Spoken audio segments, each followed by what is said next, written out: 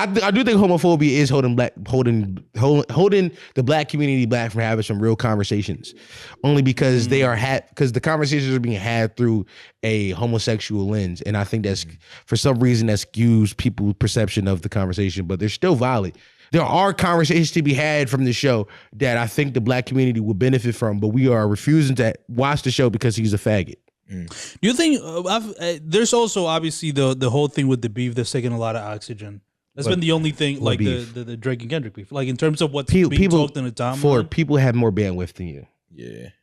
Okay, I mean, what are I guess I think most people don't want to talk about it. Like most people don't want to talk about that. People have way more bandwidth. Like if that wasn't going on, do you think that would be even slightly a conversation, or I think they're it's totally not the beef for it. I think that maybe that's affecting you, and I think it's you projecting. But I think that people just aren't watching it because they're homophobic. Yeah. That they're homophobic, or the first episode was so interesting, the second episode was so gay. It's about him cheating his boyfriend when they checked out. I'm telling you what happened. I feel like prior to coming out, even still, I don't think Jerrod Carmicheal had the largest black audience. No, he did. He said that on the show, but this is why his audience isn't super black.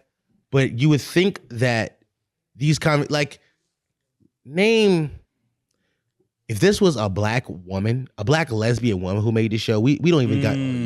The world would be up in arms. We will hear nothing about this show every single day. Yeah, because number one, we support black women more than gay black men, and also lesbianism is just more accepted in our culture than being a gay man. So it's like one of those things where it's like. Yeah, he has too much working against it. Even though Jerrod is very talented and very funny, all that doesn't matter because he doesn't check the right boxes of intersectionality to be spoken about in a way that, causes conversation. Right. I think that's a great assessment of that for sure. Because there's really no other reason. I think, like I said, his audience wasn't the largest in the black community, but I definitely think that shrunk. There's people out there like me that are probably like, I'm cool now. Yeah. I think it's also timing. Timing of what? Him coming out in a sense where people feel like everybody is. If you're already homophobic and then everybody's coming out. You like, yo, everybody turning gay. Yeah, so it just seems more like agenda pushing rather than, because Frank Ocean came out as gay, and it was like pushback initially, but he was the first person, and I feel like eventually everybody kind of was like, don't give a fuck. The art is the art.